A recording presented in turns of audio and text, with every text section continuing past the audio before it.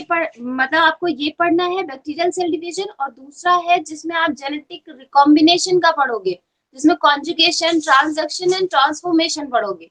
ठीक है, ये जो जेनेटिक रिकॉम्बिनेशन है, इसको पढ़ने से पहले आपको ये मालूम होना चाहिए कि वहां पर तो केवल डीएनए पर फोकस किया जाता है, क्योंकि exchange of genetic material is genetic recombination. ठीक है, सेल डिवीजन की जब आप बात कर रहे हैं तो दैट मीन्स कि एक पेरेंटल बैक्टीरियल सेल से दो या दो से ज्यादा, दो, तीन, दो, चार, आठ, इस तरह से बैक्टीरियल सेल का फॉर्मेशन होना कहलाता है बैक्टीरियल सेल डिवीजन। ठीक है, जैसे नॉर्मल ह्यूमन बींग्स में या ये कहें यूकैरियोटिक सेल जैसे डिवाइड करती है, वैसे ही बैक्टीरिया में भी है।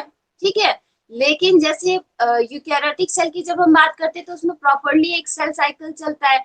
G1 फेज होती है, S फेज होती है, G2 फेज होती है। ठीक है, फिर उसके बाद माइटोसिस या M फेज जिसे कहते हैं, माइटोसिस या मियोसिस हो सकती है, डिपेंड करता है कि वो पर्टिकुलर सेल कौन सी है। ठीक है, अगर गैमेटिक सेल होंगी तो वहां पे क्या होगा, मियोसिस होगी। अगर वो नॉर्मल सोमैटिक सेल्स होंगी तो वहां पर क्या होगा, माइटोसिस होगी। ठीक, जब हम बैक्टीरिया की बात करते हैं तो वहां पे कोई ऐसी सेल साइकिल नहीं चल रही है, वहां पे कोई ऐसे इवेंट्स नहीं होते कि G1 फेज चल रही है, S फेज चल रही है, ऐसे। सबसे पहले क्या होता है कि जो डीएनए कंटेंट है, ठीक है, या ये कहे कि साइटोप्लाज्मिक कंटेंट है, वो बहुत सारा इकट्ठा होने लगता है। कब? जब किसी सेल को डिवाइड होना होता है। ठीक है, तो उसको हम इंडिकेट करते हैं पेरेंट सेल में, यानी कि यहाँ पर साइटोप्लाज्मिक कंटेंट जो भी कुछ होगा वो ज्यादा से ज्यादा एक्यूमुलेट होने लगता है, या ये कहें कि धीरे धीरे उनका अमाउंट बढ़ जाता है। ठीक, इसके साथ साथ में पहले बैक्टीरियल सेल डिवीजन में यूजुअली जैसे बाइनरी फिशन आपने पढ़ रखा है प्रोटोजोअन्स में, ठीक है, वही स्टेप्स बैक्टीरियल सेल भी फॉलो करती है। लेकिन उसमें क्या है कि आपने जैसे मतलब मेन फोकस जो है वो न्यूक्लियर कंटेंट पर भी है। न्यूक्लियर डिवीजन पहले होगा, देन उसके बाद सेल डिवाइड करेगी। सिंपल प्रोसेस है। होता क्या है कि सबसे पहले आपको मालूम है कि बैक्टीरियल सेल में सेल वॉल भी होगी। ठीक है, सेल मेम्ब्रेन के थ्रू पहला स्टेप तो यही हुआ कि जितना साइटोप्लाज्मिक कंस्टिट्यूएंट है या जो भी साइटोप्लाज्मिक कंटेंट है उसका अमाउंट बढ़ जाता है जिस सेल को डिवाइड करना है। ठीक, यानी कि क्योंकि एक से दो बननी है ना, तो इक्वल अमाउंट में होना चाहिए, दो भर का होगा उसमें मटेरियल तभी तो डिवाइड करेगी। देन सेल धीरे धीरे एलोंगेट कर जाती है, साथ साथ में जो इसका न्यूक्लियोइड होगा, ठीक है, जेनेटिक मटेरियल होगा, उसमें क्या होता है, एक ओरिजिन ऑफ रेप्लिकेशन होता है जिसको कहते हैं ओरिसी। ठीक है, ओरिसी कहते हैं ये वाला, ओरिजिन ऑफ रेप्लिकेशन। यहाँ से सेल या यहाँ से डीएनए का जो स्ट्रैंड है वो ओपन होने लगता है, डबल स्ट्रैंडेड डीएनए धीरे धीरे सिंगल स्ट्रैंड में कन्वर्ट हो जाएगा। ठीक है, जैसे नॉर्मल रेप्लिकेशन के प्रोसेसेस होते हैं वैसे ही चलता है। उस ओरिसी की मदद से क्या होता है, दोनों स्ट्रैंड जब अलग होते हैं तो एज अ टेम्पलेट बिहेव करते हैं, और उनकी मदद से, यानी कि जो भी रेप्लिकेशन मशीनरी बैक्टीरिया के पास होती है उसकी मदद से कॉम्प्लीमेंट्री स्ट्रैंड्स बन जाते हैं। यानी ये भी कहें कि ये जो इलोंगेशन हो रहा है, जब सेल इलोंगेट करती है तो साथ साथ में जो डीएनए कंटेंट है वो भी रेप्लिकेट करने लगता है। रेप्लिकेट करेगा तो दैट मीन जितना अमाउंट था उससे डबल अमाउंट हो जाएगा। राइट, उस डबल अमाउंट के बनने के बाद में सबसे पहले तो यही डीएनए का ही कंटेंट अलग होता है, क्योंकि कॉम्प्लीमेंट्री स्ट्रैंड फॉर्म होंगे तो एक डबल स्टैंडर्ड डीएनए से दो डबल स्टैंडर्ड डीएनए फॉर्म हो जाते हैं।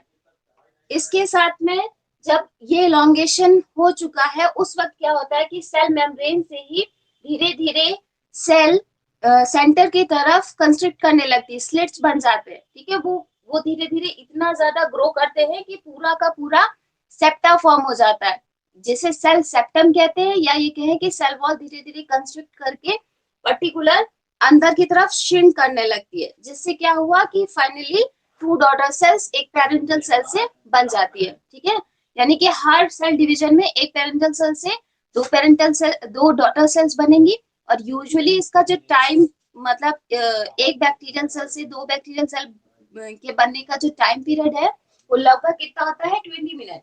ठीक है, 20 मिनट हो सकता है नॉर्मल सेल के लिए बात करें, और इसके अलावा 20 मिनट के अलावा क्या कि कुछ कुछ बैक्टीरियल सेल में ये हो कितना, मतलब इसकी अगर रेंज कहा जाए तो कितनी हो सकती है, वो लगभग 2 आवर्स से कुछ डेज तक, ठीक है, कुछ फ्यू डेज तक हो सकती है, ठीक है। 20 आवर्स से मतलब 2 आवर्स से लेकर के कुछ डेज तक, लगभग 20 डेज तक हो सकती है, ठीक है। और इसके अलावा ये जो टाइम पीरियड है, ठीक है, या जितना टाइम लेती है कोई बैक्टीरियल सेल डिवाइड होने में, उसको बोलते हैं जेनरेटिव टाइम या फिर डबलिंग टाइम।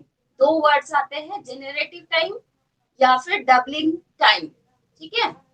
और जब भी बैक्टीरियल सेल का जो भी न्यूक्लियर कंटेंट रहता है, या ये कहें कि न्यूक्लियोइड रहता है, उसको डिवाइड करने के लिए वो जो भी रेप्लिकेट करता है, तो एक टर्म आता है मल्टीफोक रेप्लिकेशन, ठीक है। क्योंकि जैसे मान लीजिए, जैसे इसको अगर 20 मिनट लग रहा है, तो ये नहीं मतलब है कि नेक्स्ट वाली को भी 20 ही मिनट लगेगा रेप्लिकेट करने में, डीएनए के रेप्लिकेशन में।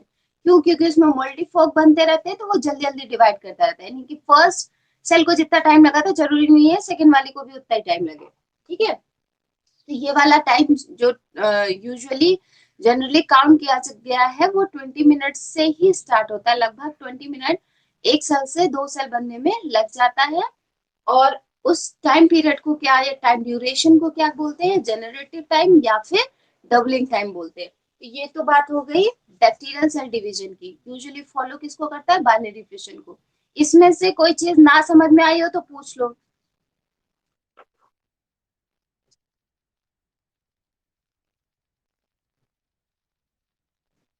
डिक्रीज हो जाएगा, डिक्रीज हो जाएगा। मैंने कहा एक नॉर्मल, केवल वो हालांकि वो रेप्लिकेशन का पार्ट है, लेकिन फिर भी अगर मान लीजिए एमसीक्यू होता है ना, तो उसमें मे भी पूछा जा सकता है। इसलिए मैंने बताया कि मतलब वहां पर मल्टीफोक रेप्लिकेशन